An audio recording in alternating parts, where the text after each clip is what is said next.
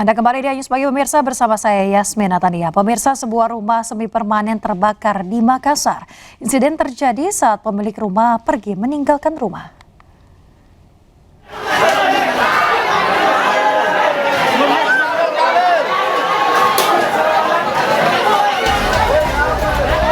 Satu rumah semi permanen berlantai 2 hangus terbakar di Jalan Sabutung, Makassar, Sulawesi Selatan.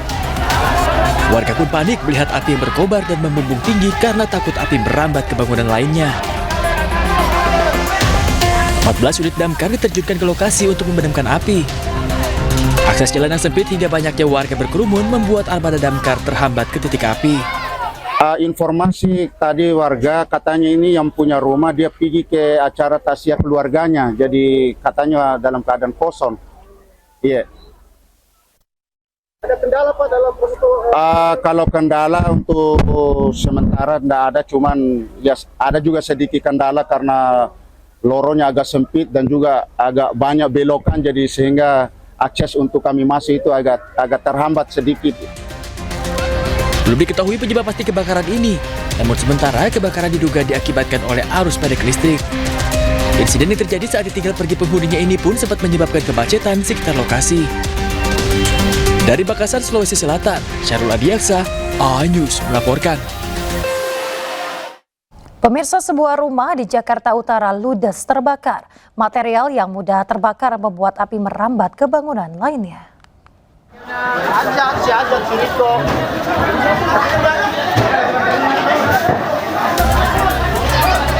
Kobaran api besar menghanguskan sebuah rumah di Jalan Kali Adem, Muara Angke, Penjaringan, Jakarta Utara. Material yang mudah terbakar membuat api cepat membesar dan merambat ke bangunan lainnya. Petugas pemadam yang dibantu warga pun berusaha memadamkan api hingga 30 menit kemudian api berhasil dipadamkan.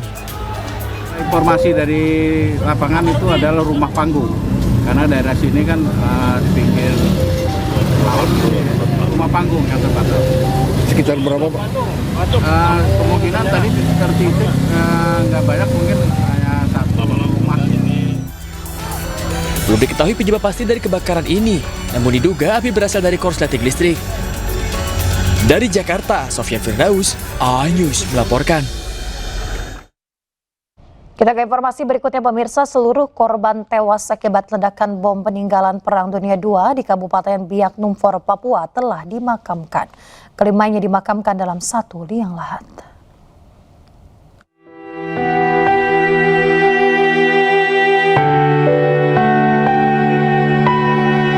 Satu persatu peti jenazah korban ledakan bom dibawa ke pemakaman umum Inggiri, distrik Biak Kota, Biak Numfor. Isak tangis pecah saat 5 korban dimakamkan dalam satu liang lahat. Prosesi pemakaman dihadiri kerabat, tokoh masyarakat, serta warga yang turut menyampaikan bela sungkawa. Sebelum dimakamkan, jenazah para korban sempat dievakuasi ke rumah sakit untuk proses identifikasi.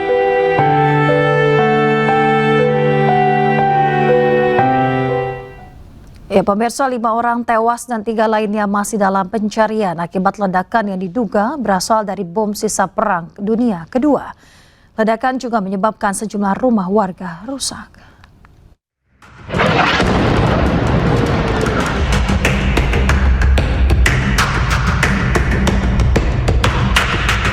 Sejumlah rumah warga rusak berat akibat ledakan yang diduga berasal dari bom peninggalan Perang Dunia Kedua. Petugas kepolisian melakukan sterilisasi TKP dan meminta warga tidak mendekat lokasi kejadian. Pelan.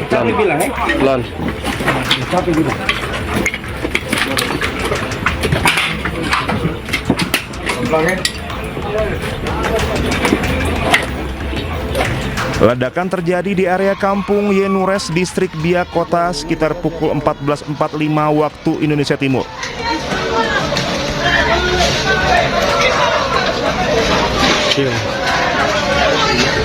Getaran ledakan dilaporkan juga mengguncang kompleks perikanan Jalan Walter Monginsidi, Kelurahan Vandoi. Dalam rumah saja kayak rumah semua, Bu. 5 orang dilaporkan meninggal dunia akibat ledakan ini, sementara petugas gabungan masih mencari 3 orang yang dikabarkan hilang. Nggak tahu apa yang meledak, belum ketahuan. 4 jenazah dievakuasi ke RSUD Biak, sementara 1 jenazah lainnya dibawa ke RSAL Biak. Komplek Perikanan Jalan Walter Monginsidi, Kelurahan Vandoy, Distrik Biak Kota, Kabupaten Biak Numfor telah terjadi ledakan diduga dari bom peninggalan Perang Dunia Kedua. Akibat dari ledakan bom atau mortir tersebut mengakibatkan korban jiwa, sementara Polres Biak bekerja sama dengan instansi terkait dan tim gabungan melakukan pengamanan di lokasi sekaligus pencarian korban karena masih ada 3 korban yang belum ditemukan. Petugas kepolisian masih mengumpulkan keterangan saksi serta menunggu hasil penanganan tim teknis untuk memastikan jenis benda yang meledak, sumber ledakan, serta penyebab pasti peristiwa tersebut. Dari Kabupaten Biak, Papua, Chandri Suripati, Anyus melaporkan.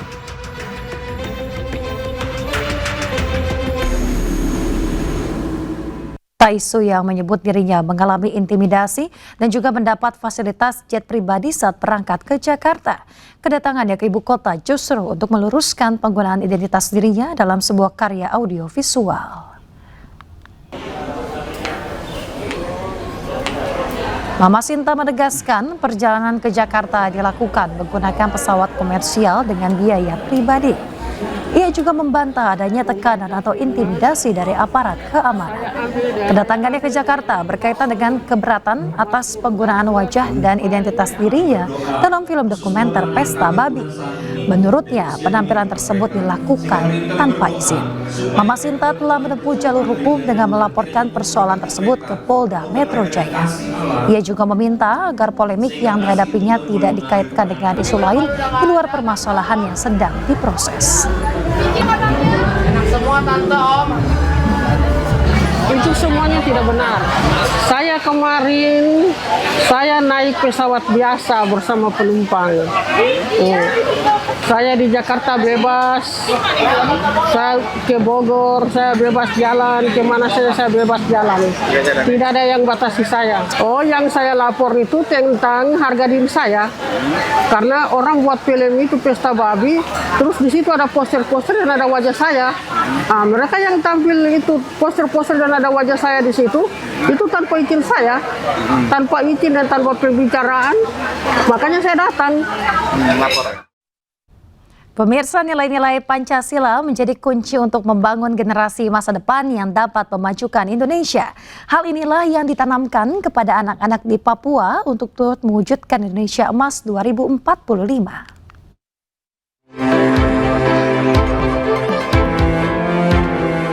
Tawa anak-anak sekolah di Papua ini mungkin terlihat sederhana. Namun siapa sangka, di balik keceriaan mereka tergambar harapan untuk terus tumbuh di tanah yang mereka cintai. Hal inilah yang melandasi Satgas Teritorial Koops TNI HBMA untuk menggelar berbagai kegiatan edukatif bagi generasi muda Papua. Melalui program Matematika Bela Negara, anak-anak tidak hanya belajar berhitung, tetapi juga menanamkan semangat pantang menyerah sebagai bagian dari nilai-nilai luhur Pancasila. Dengan demikian diharapkan generasi muda Papua nantinya dapat memajukan bumi cendrawasih serta turut mewujudkan Indonesia Emas di tahun 2045 mendatang. Nilai-nilai Pancasila juga hadir untuk mewujudkan asa masyarakat Papua untuk mendapatkan hak-haknya baik dalam pendidikan hingga beribadah dengan aman.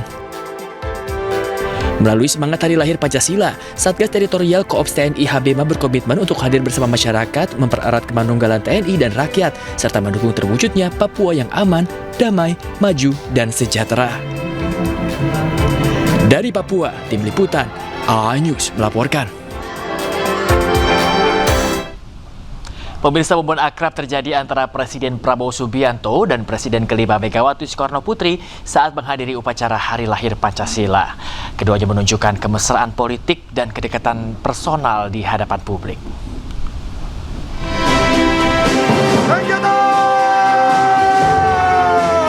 Presiden Prabowo Subianto menghadiri upacara Hari Lahir Pancasila di Gedung Pancasila Kementerian Luar Negeri Jakarta. Usai menjadi inspektur upacara, Presiden Prabowo pun langsung menyelami sejumlah pejabat yang hadir. Prabowo mulainya berbincang dengan Wapres ke-10 dan 12 Yusuf Kala dan Wapres ke-13 Ma'ruf Amin. Sementara Megawati berada di antara JK dan Ma'ruf Amin. Setelah berbincang dengan JK dan Ma'ruf, Prabowo kemudian mempersilahkan Megawati berjalan duluan. Namun Ketum PDIP itu menolak seraya meminta Prabowo untuk berjalan lebih dulu. Keduanya sempat tak mau mengalah hingga kemudian Mega mengulurkan tangannya ke arah Prabowo. Prabowo pun menyambut uluran tangan Mega dan keduanya pun berjalan bersama. Momen kebersamaan keduanya juga terjadi saat mereka bertemu dengan anak-anak. Dengan senyum ramah, keduanya menyapa dan menyalami anak-anak yang antusias menyambut kehadiran mereka. Tak hanya menyapa, Prabowo dan Megawati juga menyempatkan diri untuk berfoto bersama para siswa SD tersebut. Momen kebersamaan kedua tokoh bangsa ini pun jadi simbol persatuan di hari bersejarah Indonesia, hari lahirnya Pancasila. Pemirsa, teka-teki absennya Presiden ke-7 RI Joko Widodo dalam upacara peringatan Hari Lahir Pancasila akhirnya terjawab. Pihak Jokowi melalui asisten pribadinya mengaku sama sekali belum menerima undangan resmi, namun pernyataan ini berbanding terbalik dengan klaim Badan Pembinaan Ideologi Pancasila atau BPIP.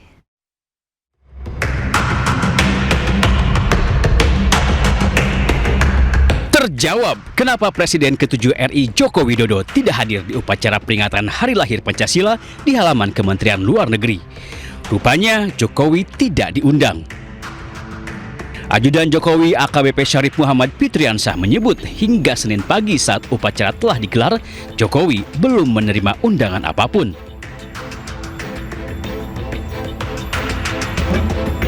Jawaban Syarif tampak bertolak belakang dengan pernyataan Badan Pembinaan Ideologi Pancasila atau BPIP.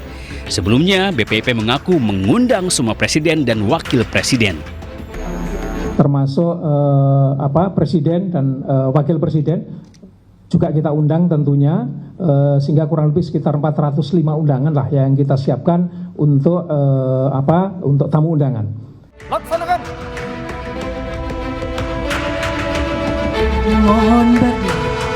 Bukan kali ini saja mantan wali kota Solo itu tidak hadir dalam peringatan Hari Pancasila. Tahun lalu, Jokowi juga absen tanpa alasan yang jelas.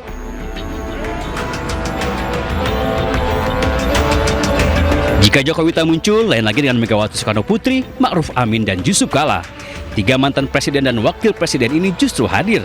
Sebagai sahabat lama, Mega dan Prabowo bahkan tampak mesra. Tim Liputan iNews melaporkan. Presiden Republik Indonesia Prabowo Subianto menerima kunjungan dari Wakil Perdana Menteri sekaligus Menteri Negara Urusan Pertahanan Qatar, Sheikh Saud bin Abdurrahman bin Hasan bin Ali Al Thani di Istana Merdeka Jakarta.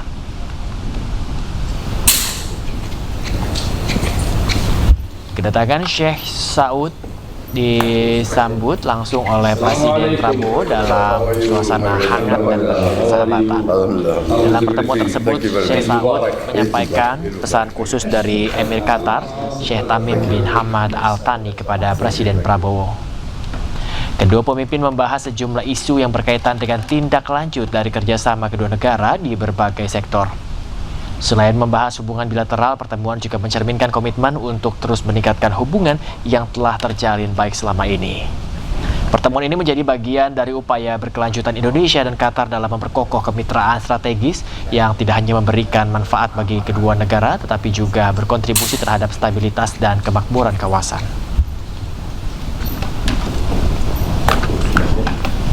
Assalamualaikum. How are you, my brother?